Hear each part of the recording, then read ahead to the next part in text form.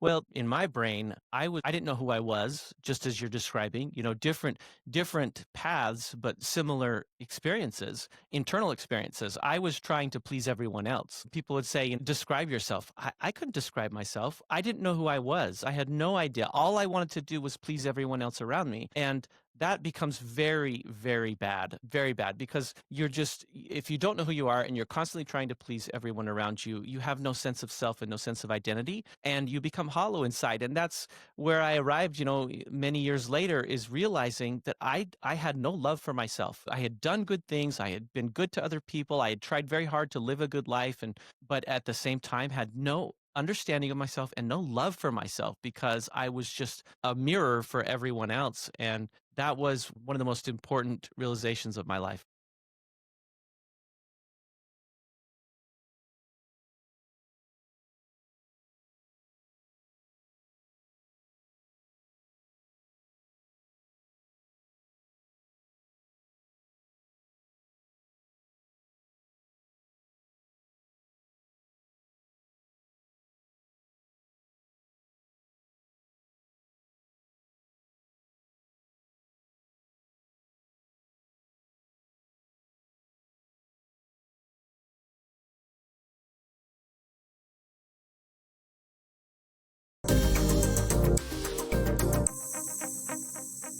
Emotionally unavailable. Okay. So, again, nice to meet you. I'm sorry that you've had a rough transit this morning. Um, you're gonna feel happy after our talk though, because it'll be all energizing and stuff, so that'll be good. But I want to start with the fact that you were raised, I'm just gonna use the word fundamentalist because you were in Sure. the Mormon cult that it is. Um, my husband actually was raised Mormon, not in the way that you were, um, thankfully, but, I'm sort of familiar with the whole thing, but, I'm just wondering where you are. Well, we'll start with that, let's unpack. You when you say you got no education, you were just kinda living on the land or what? Yeah, so my parents were on a more fundamentalist vein of Mormonism, and for disclosure here, as we start our conversation, I actually practice the religion still today, and I love my religion, but I practice it with love and in the more mainstream vein, where my Right. parents had their own ideas that were really off. Very odd, and so they distrusted all institutions, whether it was government, healthcare, school systems, all of that. And we lived very far out in the middle of nowhere. There were 9 kids. Initially out of Maine. Okay. necessity, we were all homeschooled, but then it turned into like this righteous insulation from the world. But okay, there was so much information there. Let me ask you this. With your parents having this much distrust, did somebody teach them that? Did they just have horrible parents that, like, how whenever you Mm, have your own trauma, you can become just really mistrusting of your environment in general? Did they have that? I mean, yes. most people of their generation did have quite a bit of trauma, let's be honest. Right. Because, like, how old are you? So I just turned 50, and my Oh, you father. don't look 50. So, yeah, Thank for you. sure. Your boomer parents, for sure. Yeah. Yes. Boomer parents, early boomer parents. My dad was born in like uh 1933. So, Oh, so this he's was. silent generation. Yeah, he's actually Yeah. prior to that. My mom was born 1940. So, my dad was Yeah. in the Korean War and things. I mean, they had a lot of Mhm. traumas, but my grandparents were, especially on my father's side, were wonderful, loving people. I love my grandparents, wonderful people. Not to say that, it was a different time, a different generation. My dad went to war. I mean, he was in the Korean Sure. War. So there were many traumas. I don't know what they all were, but I know that Yeah, when 'cause my no one talks parents. about it either. Yeah, exactly. When my parents were moving out to the middle of nowhere, my grandpa Bagley said to my dad, "Don't do this. Don't leave family. Don't go out there into isolation." I think he knew that there was something that would go wrong if my dad and my parents were in isolation too long, and he certainly was right. Do you think that there was well, I mean, okay, so if your dad served in a war, maybe it really could have been something from that then that just, like, instilled some paranoia and But so they didn't even, like, how did they make money at all in this time that they're raising you all? Well, my dad worked until I was about 5 or 6. About 5 or 6, he was in an accident as a truck driver. The reason we moved out to the middle of nowhere prior to Oh. me being born was that, my father was the foreman for a Ute Native American ranch, and he had gone out there to manage the ranch. That was the job that he found, at the time.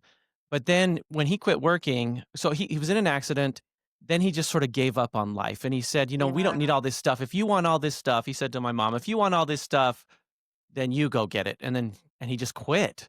But what he did instead, it's not that my dad wasn't a hard worker. He was a very hard worker. What he did Yeah. instead is that he gardened, and I mean he tilled the garden all day every day. He worked very, very hard. Even when my dad was old and passed away, in his 80s, he had a very strong body because he always worked hard, but he didn't engage in the world. And so my mom had to Right. go out and figure out how to make money to feed 9 kids.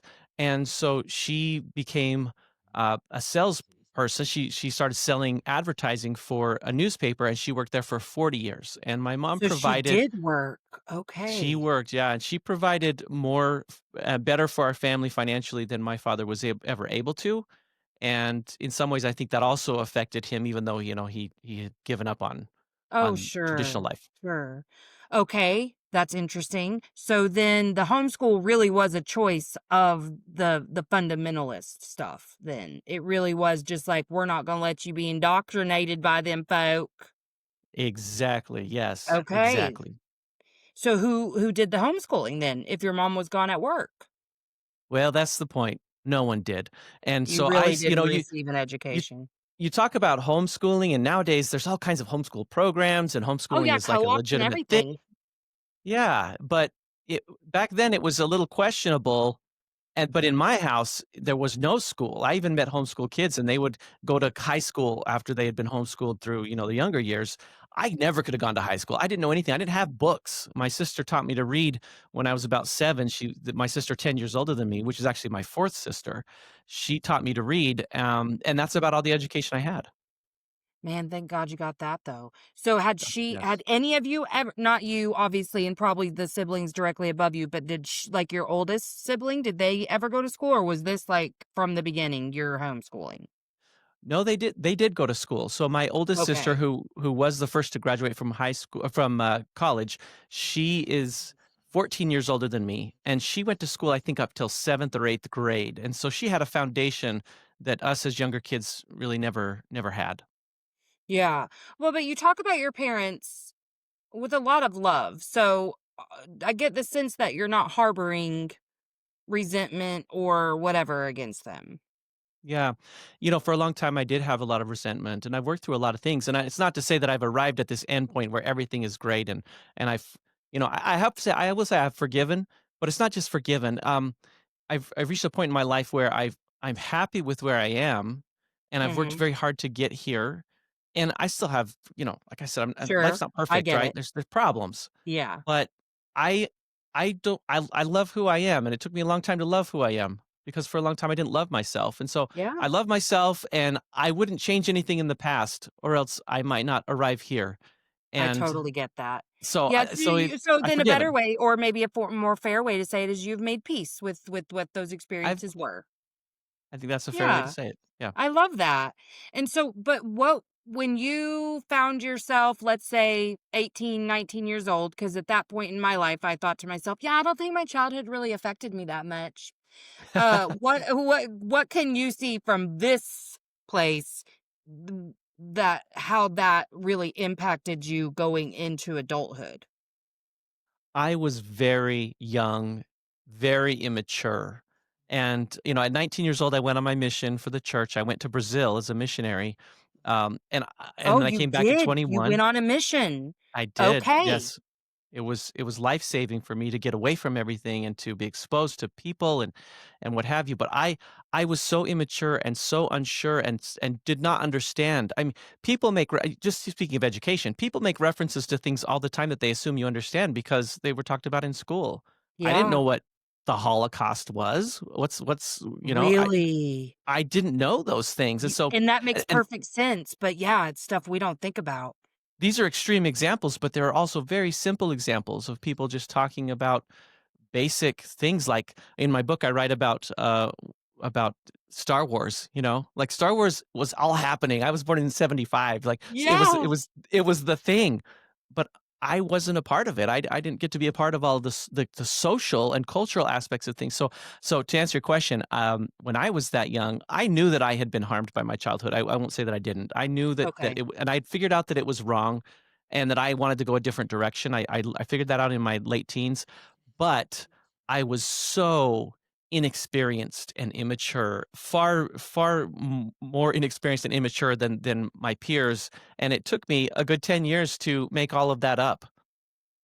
See, because I'm just gonna be really honest, every Mormon I know is so sheltered and really naive to begin with, so I really can't even imagine then being completely removed from society, how sheltered you were. Were you good at asking, or did you just, like, play along? Like, if someone said something that you're like, "What?" Were you good at asking? Because I know my ego probably at a certain point, I woulda quit asking. Oh, man, Melissa, you ask great questions. This is a great fun conversation. Yes, I was, just like what you're s not I was not good at asking. I was trying to prove that I was normal, and trying to act like I understood what was going on around me. And that put me in a lot of sometimes hilarious and painful situations for many, many, many years when I was afraid to say, I don't know, because that made me, because that brought up all of the pains of being that homeschooled kid who didn't know anything and who was an outsider and who had to do things like, I mean, my parents, they put religion into all kinds of weird things like wearing shorts. I wasn't allowed to wear shorts. And so I would play Even basketball as a at male. yeah, Interesting. I would go to church basketball because Mormons, we love our church basketball. And Church and anything. The sports are great there. yeah, yeah, for sure, BYU, all that stuff, which, I graduated from UNLV in Las Vegas eventually, and my mom was like, "Hey, you're still gonna cheer for BYU? That's the Lord's school." And I was like, "Sure, I'll cheer for them if they're not playing against UNLV." Exactly, exactly, exactly. That's so funny. Yeah, but, there was all this stuff that was not religion that they had made religion, like boys not wearing shorts, and so I would wear sweats to play basketball, and then that was so No. hot, so I felt embarrassed, so I started wearing jeans, so I have pictures. If you go to hidingfromtheschoolbus.com, you see pictures of me wearing jeans playing basketball. So I Oh was my so god, I scarred. can't. No, I was so scarred by being this complete weirdo that it was really Yes. hard for me to admit that I didn't know stuff, and it took a long time, and I don't know that I was even able to do that in my 20s or even 30s. It took a long time to be able to say I don't know, but also behind the scenes I was hungry to know so that I wouldn't look like an idiot. So I just absorbed as much as I could in all kinds of situations, including education, to try to catch up. Yeah. Well, and the only thing I can really just, like, think of as you're telling me that is the fact that you take the way you were raised and the trauma.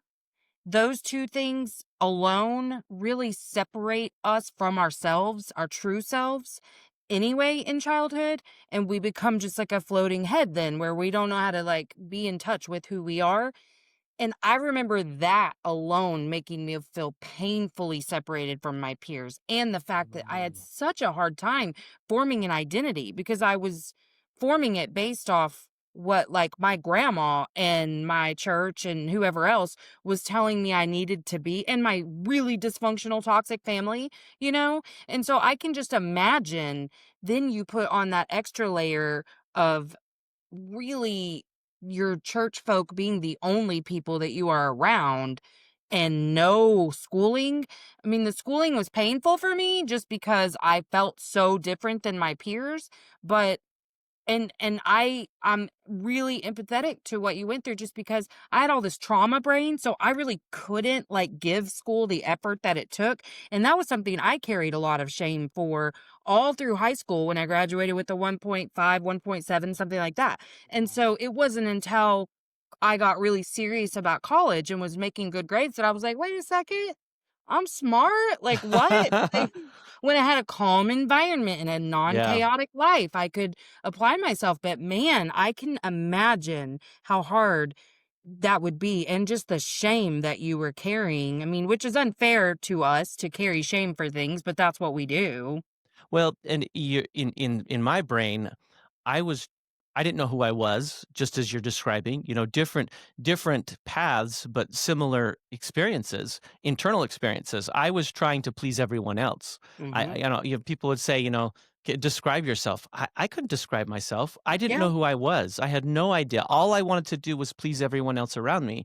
And that becomes very, very bad because if you don't know who you are and you're constantly trying to please everyone around you, you have no sense of self and no sense of identity, and you become hollow inside. And that's where I arrived, many years later, is realizing that I had no love for myself.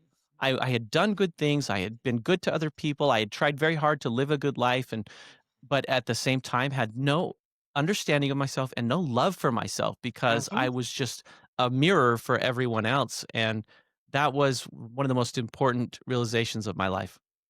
Yeah, and you know what I think is beautiful though, is that when you do this work, you start to realize doesn't matter what your path was, this is where we all end up, is separated from ourselves, no identity, no love.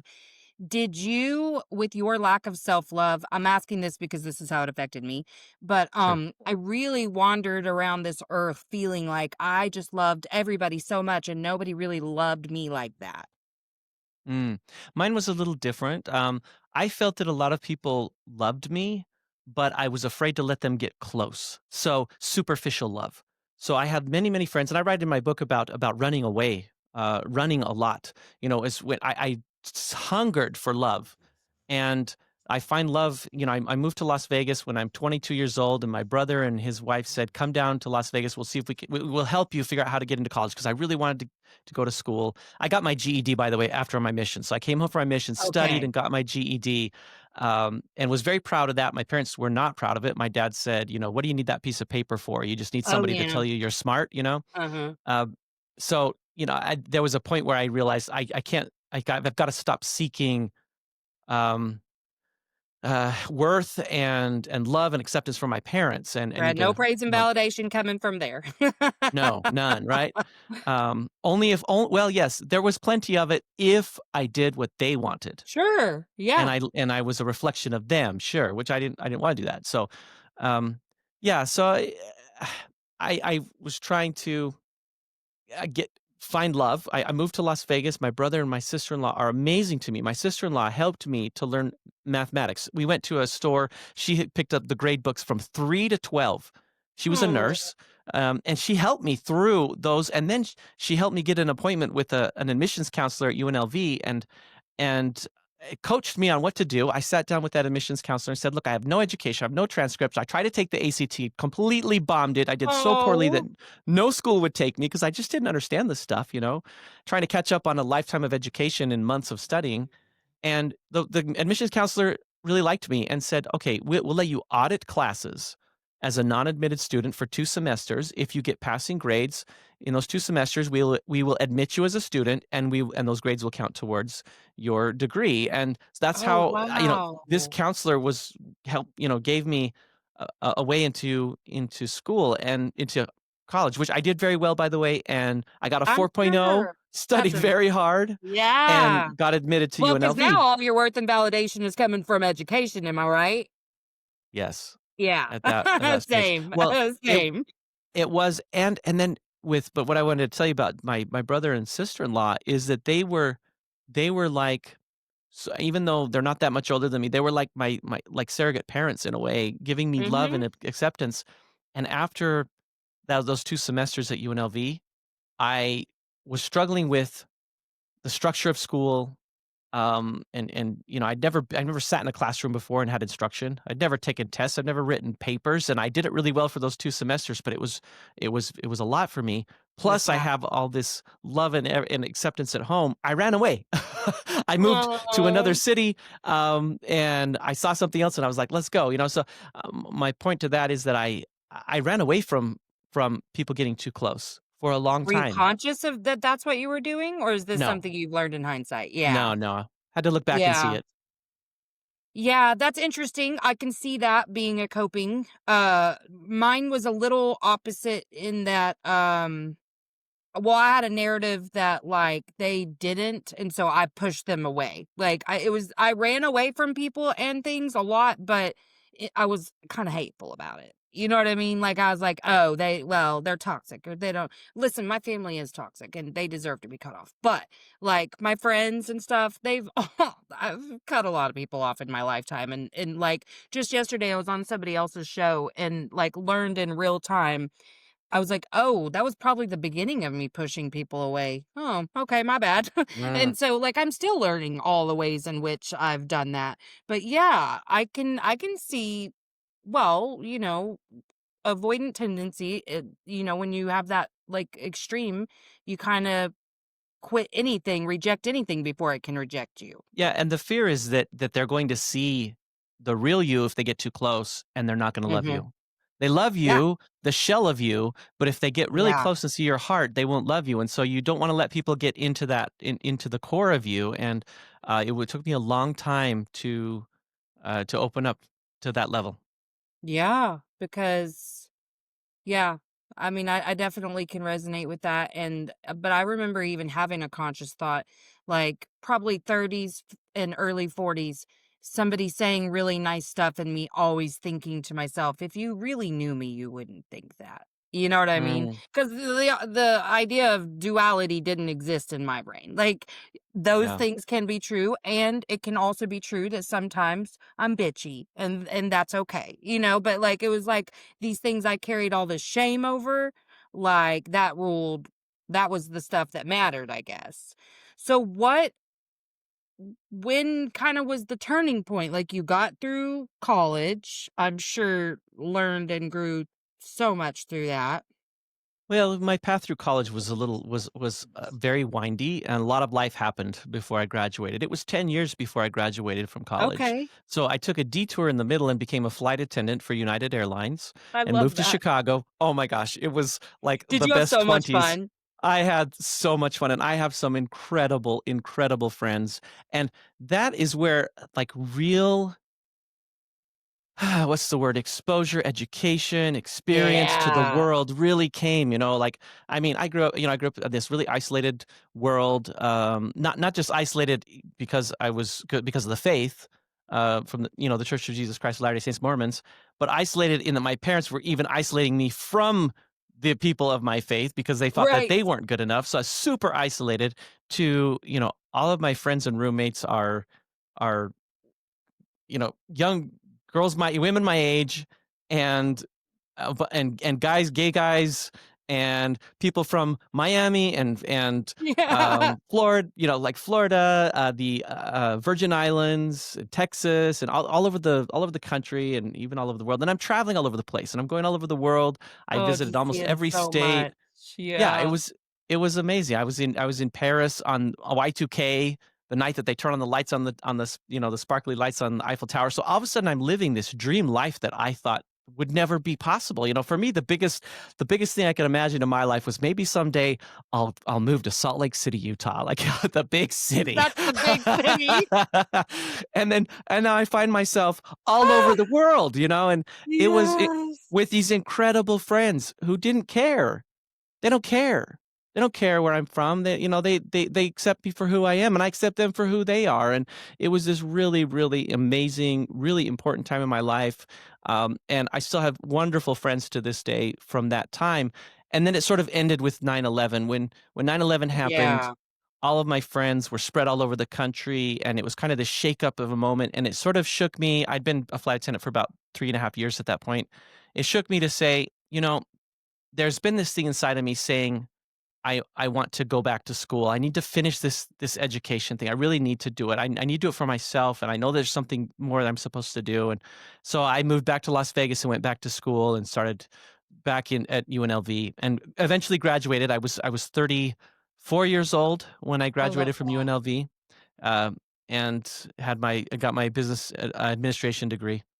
That's so cool. That's so cool. Yeah, I was thinking when you were saying flight attendant, like, oh yeah, you were there right at the height. Like it was the best job you could get. Everybody wished they were a flight attendant, Yeah. and then 9/11 ruined the entire industry, truly. It really changed everything. Yeah. Oh my gosh. So how did I'm not gonna word this well, but like how did your brother and sister-in-law handle it whenever you kinda left? Did they take that personally? No, they were very supportive, you know. I mean, they said, "Why?" You know, they asked the question, like, why are you're doing that?" Um, but, Yeah. uh, but they were very supportive, and when 9/11 happened and I was living in Chicago, and I called my brother and I said, "Hey, you know what? I wanna get serious about life." That was my way of saying I wanna go back to school and things, Yeah. and, um, and he said, "Come on home." And so I came back to live with them initially while I got my feet underneath me in Las Vegas again. That's so cool. Well, as impressed as I am about the fact that you got yourself an education in, in spite of all of that weirdness from childhood, what really excited me, I'll say, is you talking about kind of the inner transformation that you've gone through to be able to overcome those things. And even just in this conversation, alluding to finding peace, loving yourself. So when did that part of things kind of start happening? You know, that's a long curve. Part of it started with me trying proving to myself that I was not inferior. Kinda like you Mhm. going to college and realizing, Yeah. "Oh, you know, I am intelligent. I can figure things out," and or whatever. And for me, it was intelligence. For it could be all kinds of things for other people, but for me, it was, proving that I wasn't stupid, that I could learn, that I could understand and know what people were talking about, and that I could be a leader of intelligent conversation, right? So I had to start Yeah. to prove some of those things to myself that and that was kind of the start of this curve. And then I had to prove that I was worthy of love. Prove's not the right word. I'm just trying to But I explain get it, it. but Yeah, that's what we think yeah, we have to do. Yeah. yeah. And in my before I graduated from college, just 2 years. When I was 32 years old, my wife and I were married, Carissa, and we've been married now 19 years, and um, she is like I don't know. She completed me, like, that sounds like so cliche, like from, it's from the movie scene or whatever, but she has been there for me and has loved even the dark parts of me and accepted the light parts and the dark parts of me. And that also changed me in ways. And then, my children, I have 2 children, my children coming along, that changed me. So it's this long curve, but it gets to this interesting point where I've become successful in business, um, you know, and I'm living this great life but then realize that I still feel dark inside, that I still feel hollow inside. Mhm. And so the last bit of this transformation happened just maybe 4 years ago. I was sitting in this business meeting listening to one of my business heroes, and he talked about how he had this experience where he looked inside of his heart and realized that it was black in there. And everyone around him is talking about how beautiful they look in their heart and they see light and butterflies and roses and, unicorns and whatever, rainbows, lucky them. Rainbows, And he yeah. just sees this dark hole, and he's describing this to us and has us do this little exercise. And by the way, I thought we were going to talk about business. And so to have my one of my idols in business talking about this personal thing really impacted me. And so I look I inside bet. my heart and I open that little door and I see shame, I see darkness, I see this blackness, and I'm like, why? Like I've worked so hard to overcome. I've worked so hard to please other people. I have I have this wonderful loving relationship with my wife and my children. Like life is I'm so blessed. Like I don't know how else to describe it. Like there's so much good in my life. Why don't I love myself? And Yeah. that took me on this last piece of the journey where I began to seek counseling and to try to heal and figure out what is that darkness in me. And that's been a really interesting final part of my recent journey. I'm sure there's another part to come. Oh, sure. We're gonna continue to grow and evolve. Yeah, But exactly. do you feel like, because I used to be like, "Well, I'm healing," or "This is a healing journey," and I felt that way, and it was at that time. But then I had to realize, like, "Baby, you gotta quit, like, chasing healing the rest of your life." Like, I've figured out my wounds, but now, like, I understand fully that these things are going to impact me, even if in a small way, forever. I'm going to be triggered by things. I'm going to have things come up. I just have a really extensive toolbox for dealing with those things now, and they're not like controlling me anymore. But I feel healed. Like I'm still rude and stuff sometimes, but like I'm not walking around with all these crazy narratives running around nonstop and overthinking. I know how to feel now instead of think about everything. You know what I mean? That's great. I love what you just said because so many people are seeking healing like it's an event that will happen, and it's like, "Oh, I am healed." Yes. I Like thought like that. yeah, like Did being you? sick, or something. I've always Yes, kinda hoped for exactly. that. It's like, "Boom, you're healed. Boom, you're saved." Yeah. No, I it doesn't kinda work thought like you'd just that. feel differently. Yeah, Like, but I yeah, like, oh. yeah.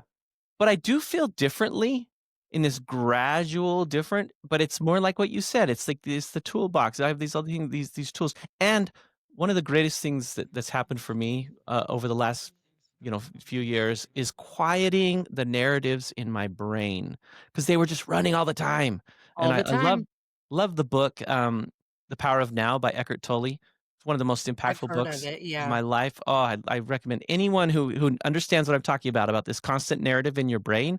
Yeah, that book helped me to quiet my brain a lot. It's not all quiet, but quiet it a lot and just be comfortable in silence. So yeah, all of these things have been healing. And one other thing that was really helpful for me, there've been a lot of therapies that I've enjoyed, but internal family systems is one of them that has been Yes. really impactful for me to realize that my therapist, who's someone that I've come to love and trust, helped me to engage with that dark thing inside of my heart, bring it out, and talk to it like this sounds a little kooky for people who haven't done these types of therapies, but talk to it like it's a person, understand it, Mhm. let it talk back to me, and just kind of imagine what it's saying and what does it look like and what is it and why is it the way that it is, and realize, that anger and that existed in me, um, it is part of me. It is a part Yeah. of me, and Yep. it has a purpose. And one of the purposes for it was that it was protecting other parts of me from being hurt. Yep. And there are times that anger is necessary. There are Mhm. times so to just shut it off and say that part of me should not exist is like killing part of yourself.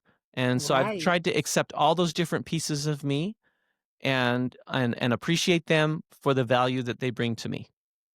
Absolutely, and I think when I got there, that's when I said, think this is what they call healed, because it's being able to see all parts of you and love them unconditionally and just go. But I think that we're raised to believe that accountability means shame, that the Oh, only way to get through a mistake or a bad choice or whatever is to crucify yourself with mm, shame, or yes. allow, and I won't even say or, I'll say and allow others to do the same. Oh, yes, like we feel that we have to have this deep penance and we have to suffer for it to in order to be repentant or whatever, to use Yeah, like, use you use don't like feel Christian bad language, about but it unless yes! yeah. And you know what? I'll be honest, I didn't even realize that fully until I was working through how I handle it when people don't meet my expectations, and Mm, so I was like, "How do I feel? How do I treat them?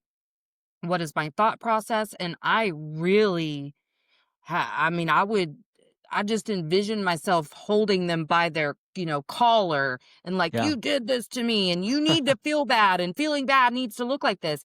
And it wasn't until I could see how I was projecting that I'm like, "Well, that's because that's the standard you're holding yourself to also." And when I could release that and just say, "No one's gotta suffer because they made," I wouldn't even say a mistake. Sometimes things just happen and that person perceived it away or whatever, but because you weren't perfect, because everything didn't go perfectly, we don't have to do all this about it. And I think whenever I finally got there, I was like, okay, I'm getting it. I mean, now I'm still like getting deeper understandings of stuff, but yeah, I was really hard on myself and everyone around me, and I believed that's the way it was supposed to be. There's a good chance that the way that you treat someone else is the way that you treat yourself. There's good correlation there. So it's a good way to look at it and say, okay, where am I lacking based on how my reactions to others? And then another thing that I've learned is that there's this branch of psychology called Adlerian psychology, and Adler was I'll call him kind of he was the opposite of Freud, and they actually knew each Mhm. other, but it's like there's the Freudian side, which is like cause and effect, like you received trauma, and so therefore you are this way. And Adler was more like, no, you can decide what the past means and give it purpose. That's different than. So I like the Adlerian psychology a lot, Sure. even though I'm not like deep into it. But one of the things it talks about is that it's other people's tasks. People have their tasks, you have your tasks, and sometimes we expect things out of other people, and therefore we're making their tasks our own. Like how Yes. someone accepts or views me is not my task. My task is to do the best, to be the best version of myself. If I'm worried about how they view me or accept me or how they react to me, then I'm trying to take on their task. And so separate Absolutely. yourself from other people's tasks. Yes, I love that. And I've also heard of internal family systems, and I've had a couple of practitioners on here actually, because when I started hearing about it, I was like, whoa, I think okay, so I'm sorry, audience. I know you're tired of it. We've done a whole series on this, but um the book that changed my life, from a guest that I had on from my husband's family member, actually. She works with a guy named Troy Love in Arizona. He developed the Finding Peace method and has a book called the Finding Peace Workbook. I think he borrowed some philosophies from internal family systems, if I were to guess, but the way he did it is he focuses specifically on attachment wounding and specifically on shame. And he broke down shame into different archetypes, the same as internal family system Mm, does with our parts. mhm, But these are just shame parts, but immediately they're given an identity, at least in terms of their like name and their role. But you then externalize it, you give it the shape of, is it a person, is it an object, is it a whatever. But that was my first experience with externalization, because I was really full when you said quieting the narratives. I was like, that's my language, because I really had to quiet all that because I was driving myself insane. It had been mm, lifelong, but then at the pinnacle of a mental health crisis, it was nonstop and very loud. And why I was like, "Oh my god, I'm not broken. I'm not unfixable," is because I figure if you've got a whole book and method about this, I'm not the only one experiencing these little archetypes fighting with one another in my yes. head. Because I'm not going to go tell people I'm hearing voices, because it didn't feel necessarily like that, because it was my voice, but it was different archetypes. They were arguing with each other, and I felt really crazy. So as I started to externalize it and give them their different roles and characters, then I could be like, I'm not crazy. Like, first of all, it's not me. It's what I was programmed to believe. And second of all, like, these aren't just like, delusions. I was scared. I was really scared because I have schizophrenia in my family. And so I was just like, oh my God, this is it. This is it. This is the break I've been like scared of for my whole life, because this was Mm. at like 43 years old. And so, yeah, I really had to learn all those same things just to how to like process what was happening. But I really believed prior to that, like, well, we gave it a really good shot, but, like, this is, who I am. I'm broken, and as I worked through that, like, and the book really helped me to understand too, and I started to see, like, in humanity, how alike we are. All I had ever really seen is the differences between me and everyone I loved, me and the world, everything. And as I started to unpack this, I was like, I actually don't know anyone who, if they were to, like, scrape away some layers, they don't feel like fundamentally unlovable. I feel like we all feel that way until we do the work. And, like we have the weight of the world on our shoulders and nobody to help carry it. Like we all are kind of experiencing the same programming. We come to these paths a little bit differently, but I really do feel so connected. It started to make so much more sense about the whole like we are one thing. Like just all like I was like envisioning just like people around the globe holding hands singing kumbaya, like I was like, "Oh my gosh, we really are just way more alike than we are different." Oh, But yeah. it makes me like happy because like you said, our behavior and the way that we are seeing other people, like it's all related. I reflect, you project. Like that's what we're doing. And I had to start just looking at me and being like, "Well, how I'm the problem." Yeah.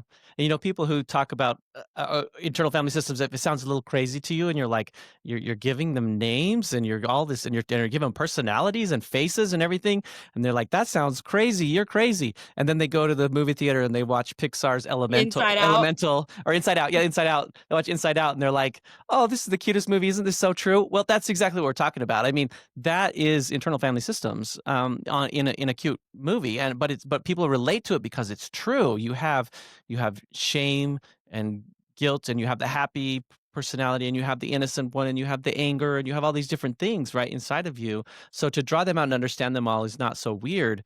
What helped me a lot in silencing all of the chatter in my head was, like I said in the book, "The Power of Now." Eckhart Tolle, who was a German philosopher, an incredible individual. Um, he tells you, you are not your brain. You are not your mind.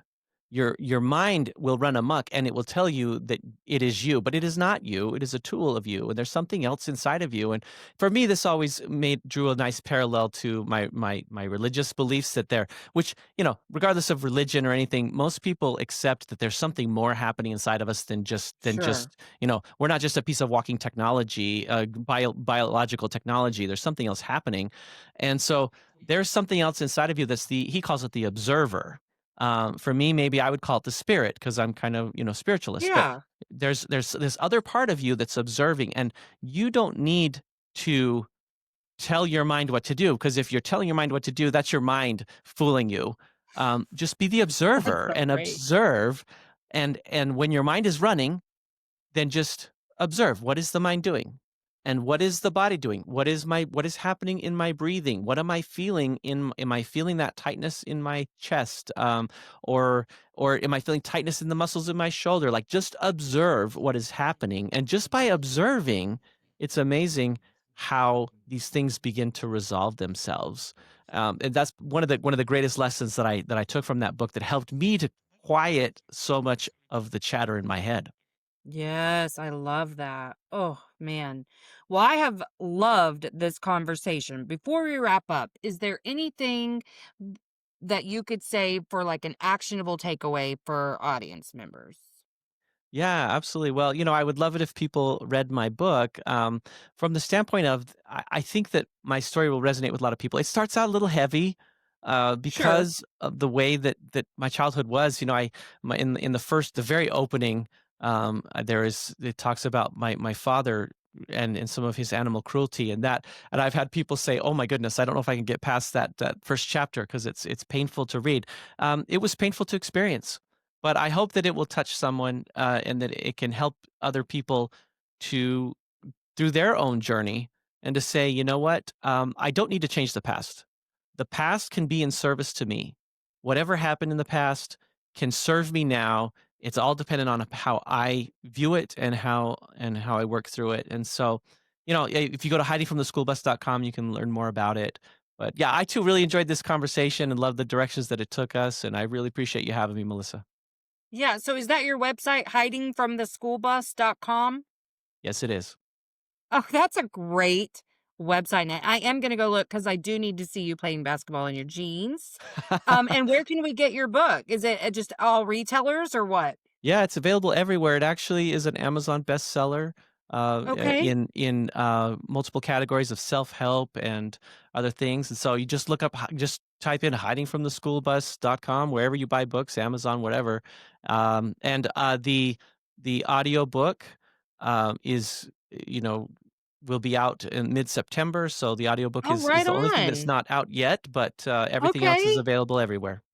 And I will make sure that I include all of your links, especially anything that you have on Podmatch. But if I know that a person has a book out, especially on Amazon, because it's so easy, Yeah. but I will make sure that I include all of those links. And if anything comes up before I air this, which will be about 3 weeks, so by the time this airs, your audio version should be out. So that's Yes, it cool. will be. But if anything comes up before then, you feel free to send it over. And literally, I've just loved having you so Oh, much. thank you. Okay, I I'm enjoyed gonna it as stop well. recording, but hang out for 1 sec. Thanks for coming to Emotionally Unavailable. If you haven't already, like, subscribe, and share.